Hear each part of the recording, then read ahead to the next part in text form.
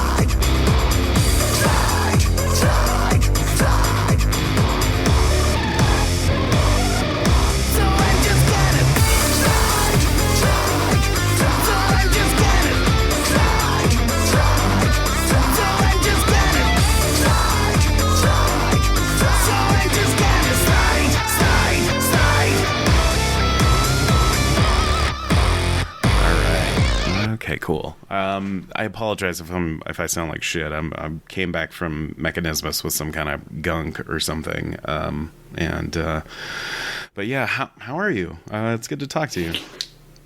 I'm all right, thank you. Sorry to hear you're not feeling tip top, but it seems to be kind of standard operating procedure lately. Everybody goes to a festival and they come back with something. Yeah. Exactly. I think all of our immune systems are just a little bit, out of practice. Yeah. From staying home for like 2 years. Yeah. First day back at school, kind of thing. Yeah, pretty much. Yeah, I'm good. I'm in the middle of basically European festival season hell, which is it's a great problem to have, but it's just, logistical issue after logistical issue. Yeah, and so I've got to get up early and drive halfway across Germany tomorrow, and then drive back on Sunday. So it's intense. Yeah. Well, I do greatly appreciate your time. I'm glad that we were able to squeeze this in, just because the Battle of the Bands thing is such a great idea, and as soon as I saw it posted and people were kind of talking about it, I was like, this is a wonderful idea. I just wanted to kind of ask, like, what led you to sort of, I don't know, take a chance on it, I guess. I mean, I say that as somebody who, I've sort of seen your career progress, like, over the years and everything. So, like, you going out and trying new things it's not outside the norm for you, but I don't know, what inspired you to do this, I guess. I mean, it's certainly a number of factors involved. Like, first off, I remember what it was like to be just starting out and kind of waiting for opportunities to come along. And I thought that if I have the platform and the ability to, extend that olive branch, obviously, like, opening up for us is not going to be a life-changing event. Maybe it will be. I don't know. But I feel like if I can do something to help up-and-coming artists, then why not? And, also from a strictly, let's say, business perspective is not the right way of putting it, but saying, like, I want to promote my tour. What is the best way to promote my tour regionally? I feel like getting up and coming bands from each and every single market who are going to fiercely promote themselves when they're opening for us is just sort of an added bonus to that. So I feel like it's a really, really win-win situation. I get to help out up and coming bands, and I also get the benefit of them mobilizing their friends and fans to essentially come out to the show. Right. I mean, I understand your reticence there with, like, wanting to say, like, sort of, approach it from, like, the business side of it, right? I mean, like, that's not the fun side, that's not the glamorous side, but it's honest. And I think it's such a great opportunity for small bands. And I'm just glad that you're doing it, really. It's such a good idea. As soon as I saw it, I was like, wow, that's great. And I'm curious, though, to hear, like, are you, at this point, none of us really care about genre anymore, right? Like, it's kind of past the point, but is that something that is there a particular style that maybe you are looking for, so that they sort of blend with what you and Josie Pace and Jen Cab are already sort of bringing to it? Or are you open to, like, oh man, this rockabilly band or whatever were amazing? Oh yeah, I don't care. Yeah, okay. Yeah. There's no sort of asterisk at the end of the submit your band to open for us, right? Like, we're not looking for any specific genre. We're not looking for there's no restrictions on that, and I think that that's important, because I myself have been very often kind of pigeonholed within the genre that I'm in, and I think that art has so much more to offer than labels. Now, while I do understand the utility, of genres and all that kind of stuff, like, I think that it's more of a useful, let's say, genres are a useful guide, but Sure. I think that if you're gonna try to really live the life of an artist, you just kind of have to put blinders on to genre and not worry too much about that. Let the other people do the genre thing, and you as an artist can just focus on expressing yourself in whichever way feels most appropriate. So obviously, I think that given the genre that we're in, the majority of the submissions are going to be sort of within the realm of my world, right? Like of my audience. I don't think that we're going to be getting a whole lot of like, I don't know, extreme metal or maybe hip hop or country submissions. But if we do, then more power to them. Yeah, for sure. I mean, I think some shit like that would be fun. I mean, honestly, I caught there was a tour I caught not long ago. I ended up catching it twice. I enjoyed myself so much, but it was Avatar, Swedish metal band. Lots of great melodies, really hooky. They were great, but I was not there for them. I went to see like Dance with the Dead, but they had like the lineup was very different, very diverse, and it ended up being like such a fun experience to not just see one heavy industrially kind of dark evilly kind of a band after another.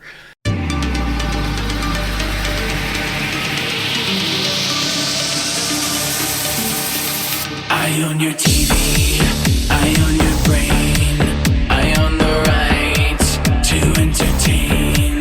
I am your football, I am the bar. Don't fucking touch me or my car.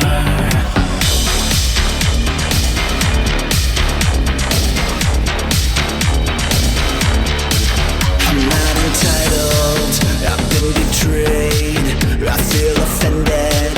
I need to pray. I love my avails. I love my gun. I love my Jesus. He makes me.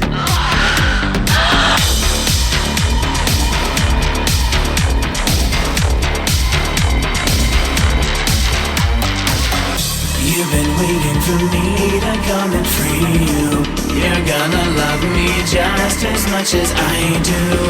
You know I'll keep you safe until the end of time with my metal tongue and my atomic spine.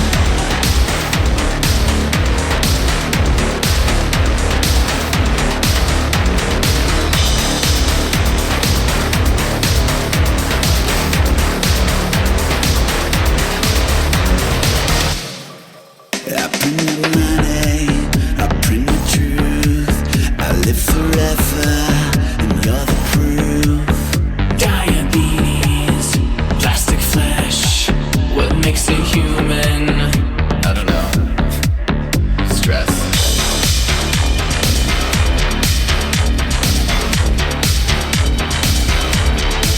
I thrive on chaos, one in control.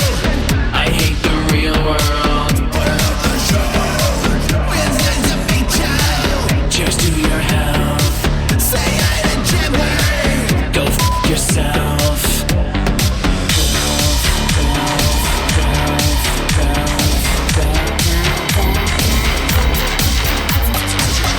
You've been waiting for me to come and free you.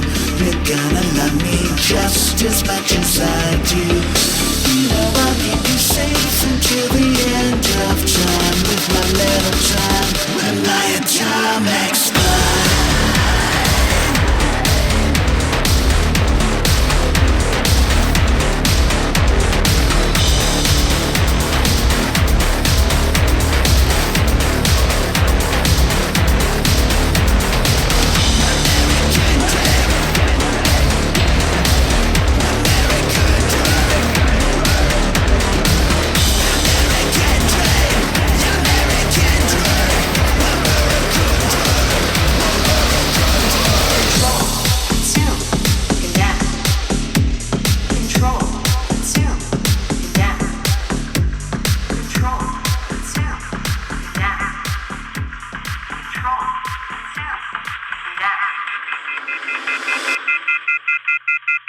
I want to be respectful of your time because I know you have a ton of stuff to do.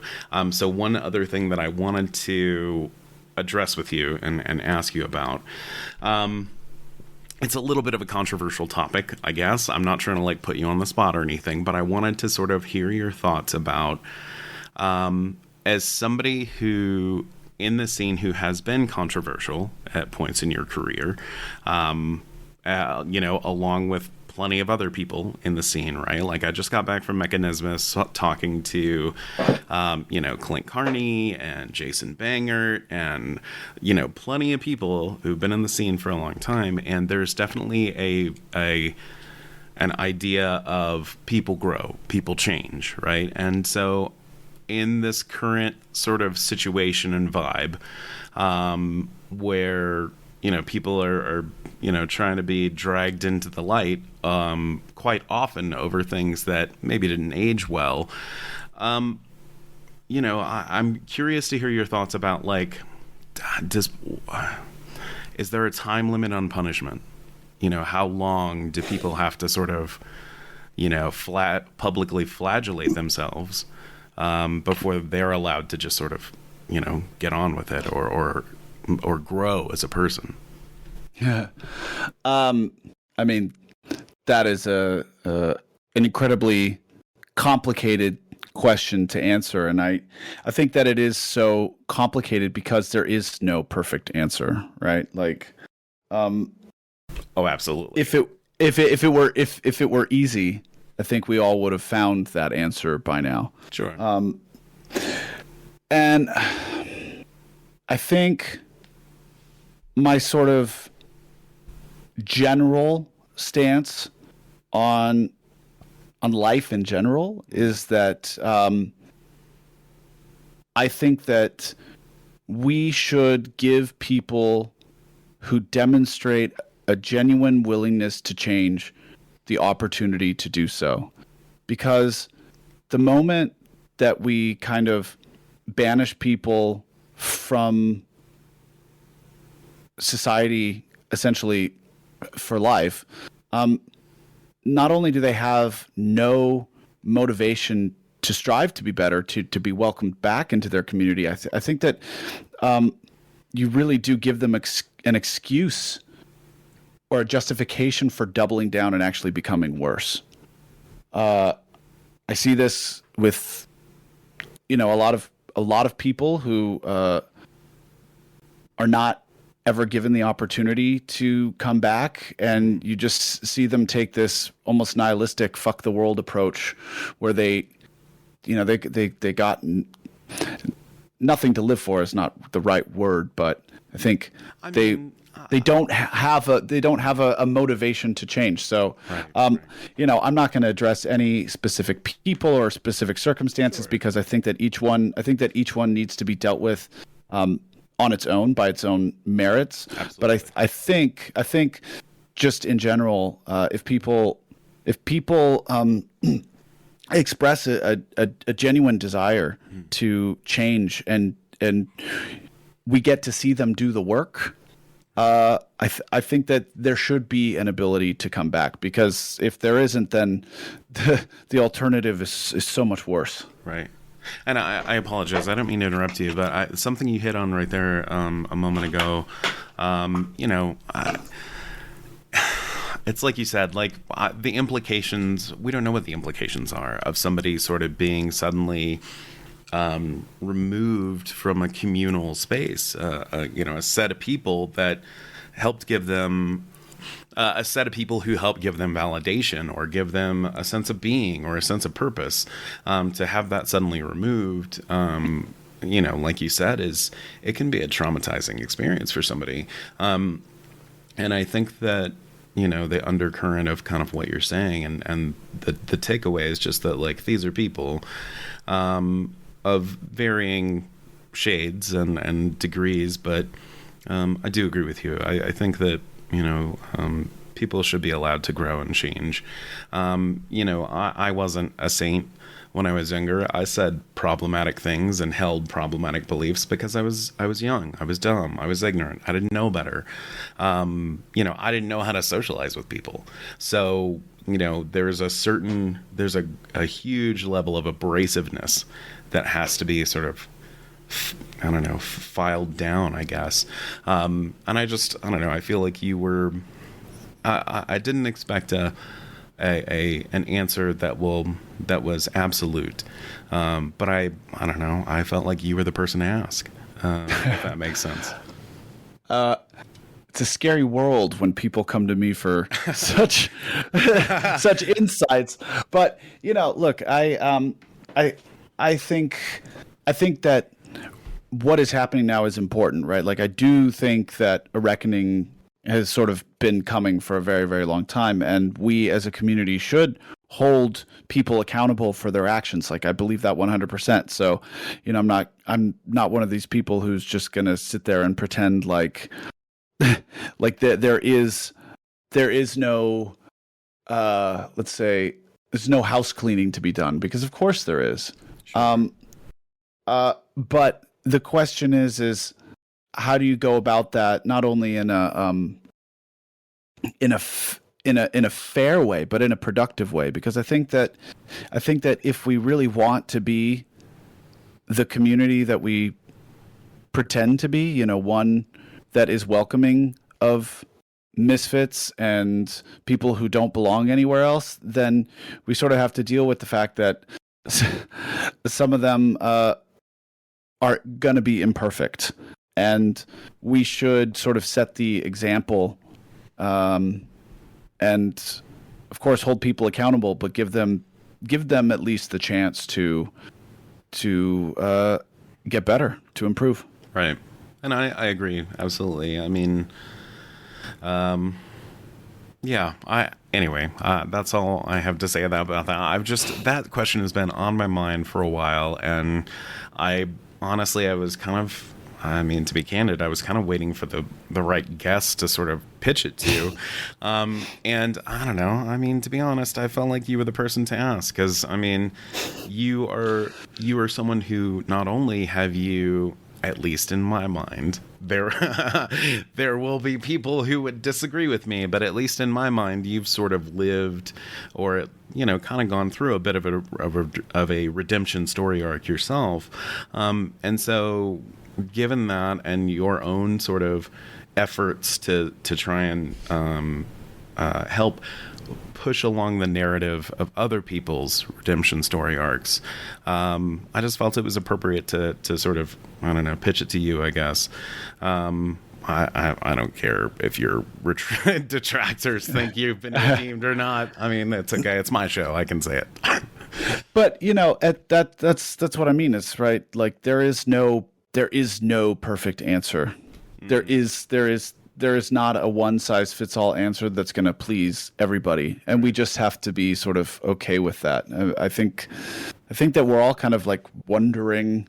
We're all kind of wondering what the answer to that question is, and like I said, at the beginning, as it is with most very complicated issues, there is no right answer, and there is no answer that is going to satisfy everybody. We just have to fumble along and try and fail until something kind of works. Right. But only kind of. Yeah. And I think talking about it helps. Like you said, there's no right or wrong. It's not that even of a split as far as anything is concerned. Not to get too fucking philosophical and deep. I smoked weed before this interview, so I apologize. My mind is just like, I'm asking all sorts of deep questions, but I'm trying not to go in the fucking deep end. But basically, I sort of wonder about... Anyway, we should move on.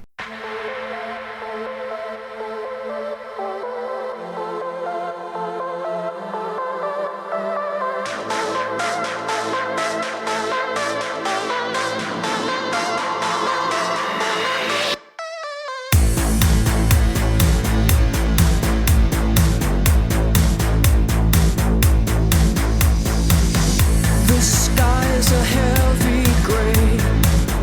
The clouds will blow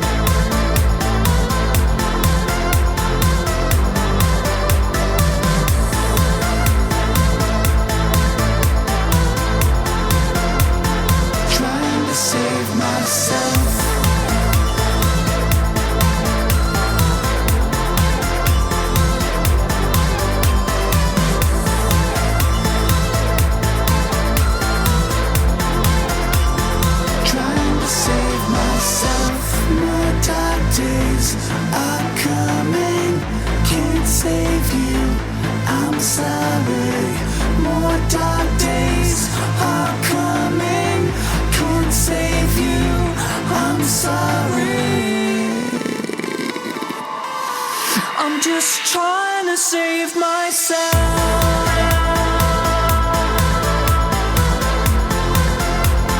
Trying to save myself.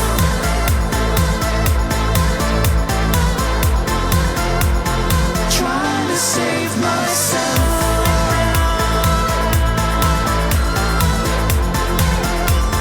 Trying to save myself.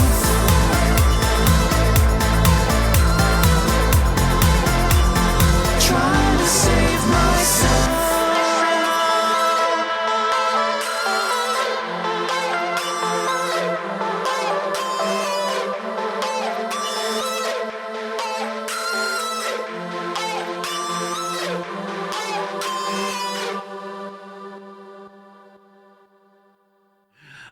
I did want to just sort of. I'm so glad that I managed to get your time and get an opportunity to ask you that, because I don't know. I want the community to be inclusive. I mean, I just returned from Mechanismus and interacting with a lot of people who wanted to be there and wanted to integrate and wanted to, be a part of something. And I think being inclusive is like, I don't know, to me, that's the new industrial face, is like, let's stop being shitty and pretending that this is a cool kids club.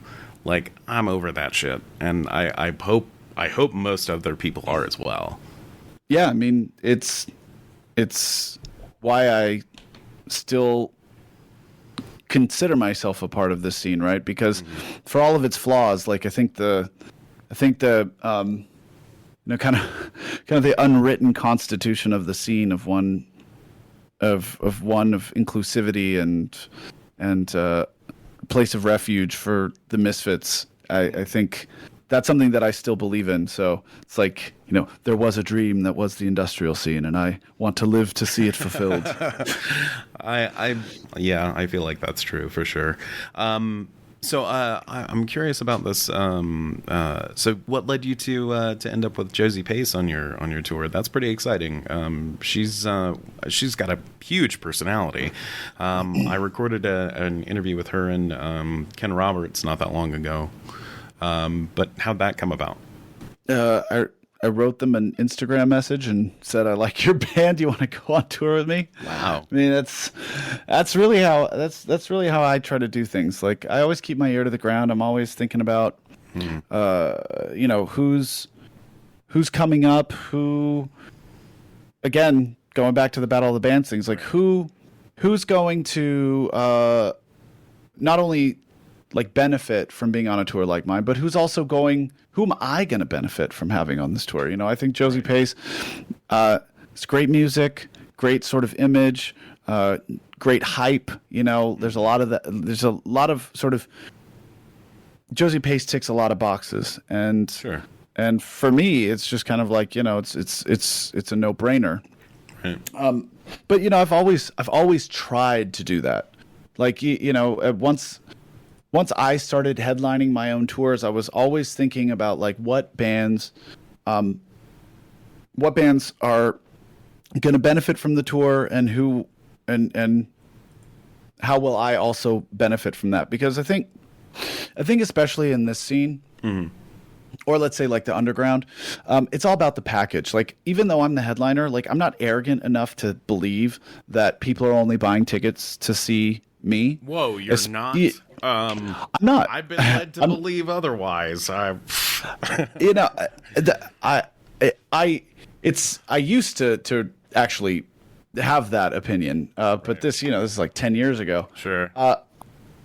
But I think now I'm very aware of the utility of collaboration, cooperation, sort of this a rising tide lifts all boats type of mentality. And as soon as I kind of got out of that mental space where I was like me, I actually started seeing the kind of growth that I wished that I had back when I was, being a narcissistic asshole. Right. So I think the real irony is that as soon as you try to share the wealth, spread the love, that type of thing, like you actually are just doing a service to yourself and your own trajectory.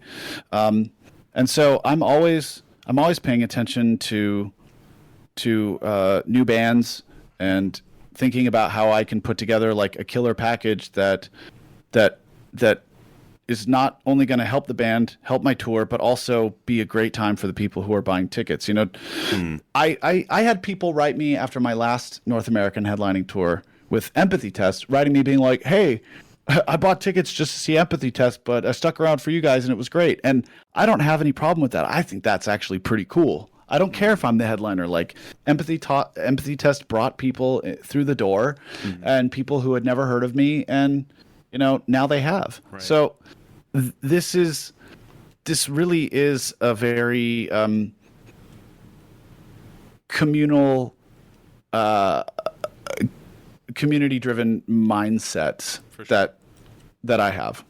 No, and I think it's a good one, and I appreciate it immensely because, I mean, honestly, a lot of what you're describing is very much what I sort of experienced at the, Mechanismus Festival. I was wandering around, like walking out on the street, talking to people, shaking hands, who you here to see, that kind of a thing. And I talked to a lot of people who were very excited for, maybe one particular band.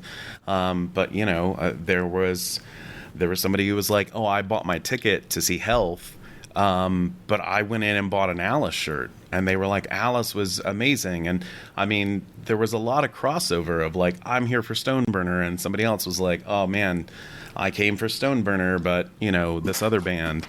Those are good stories. And it was made me very happy to also take those stories and relay them to artists, because you were fortunate enough to have somebody, reach out to you and tell you that.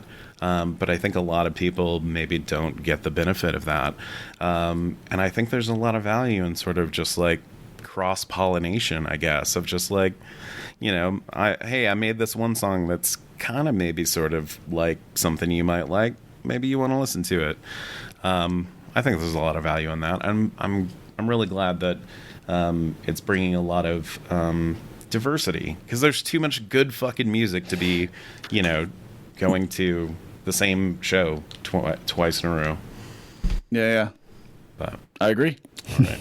Well, I'm glad we're of one mind. I don't want to keep you too much longer, so the last question I will just go ahead and pitch at you is just, what have you been enjoying lately? Like, what's something that just has been making you happy? Like, I know you've been very busy, and I know there's probably a lot of joy from being able to play shows and stuff again. And I'm very happy for you to be able to do so. I've been seeing you on Instagram, and joy is a good look on you, man. Like, you look very happy in your element. But all right, what else is kind of going on with you currently? I mean, I don't have a lot of downtime. I really just live and breathe this, like from the moment I wake up to the moment I go to bed, which can be very, very exhausting, but Sure. feel like it's rewarding at the same time. I try to take joy from, the little things. We've had really, really bad weather here. Recently, it's just been raining, and we finally had a sunny day today. So my wife and I played badminton and had a glass of wine. So that type of stuff is enjoyable to me. I'm really enjoying Stranger Things season 4. I get through maybe an episode or half an episode every day, just because by the time I sit down in front of the TV, like I'm so beat that I don't. Sure. I don't have the luxury of binging. Yeah. But it's nice to have something that is just kind of fun, pure entertainment. So I love that. I'm reading the last Expanse book right now, so I'm on book 9. It's been a hell of a multi-year ride with that series. So it's those types of things, just like the stuff that you find yourself doing in between work. But Those moments are pretty short. Don't have too much time for them. Understandable. But yeah, the Expanse series is one that I've always wanted to start ever since I watched the TV series. I was like, man, I want to read these books, but I just, again, the time doesn't allow itself, to sort of be used. So just real quick, before I let you go, just to sort of answer the question myself, this most recent season of The Boys has been pretty entertaining to watch. It's like Raimi-esque at points, like really over the top, insane gore. It's pretty wild, but it's got a lot of really. A lot of the humor takes aim at the current social zeitgeist, to the point that some jokes I laughed because I was like, I'm a little uncomfortable maybe. But it's been fun. I'd recommend that, at some point in the future in a mythical place where you have spare time. But no, badminton with your wife sounds wonderful. I'm glad you got to do that. It's been hot as a motherfucker here, so my wife and I have just been hiding out in air conditioning. Nonetheless, I brought home this illness for her from Mechanismus. That's very kind of you. I'm sure she's excited. Yeah, I mean, I try to share everything that what I have is hers. You're a married man. That's what a marriage is all about. That's what a marriage is all about. Correct. So we've just been hiding out and watching The Boys and other random dumb movies and stuff. But I will go ahead and let you go. I just wanted to keep this short and sweet and give a chance to sort of hear your thoughts on some things. But again, thank you so much for your time and for coming on the show and everything. I appreciate it, and I also greatly appreciate everything that you are doing for the scene and for newer bands and smaller artists. I'm glad somebody is. So thank you. Oh, it's my pleasure. I mean, like I said, I came up in this scene. I still believe in it. Still a big part of my life. So whatever I can do to, bring positivity to it, I'm here for it. Awesome. Well, again, thank you so much. Have a good rest of your evening, and I will put this up. I'm going to streamline it, put it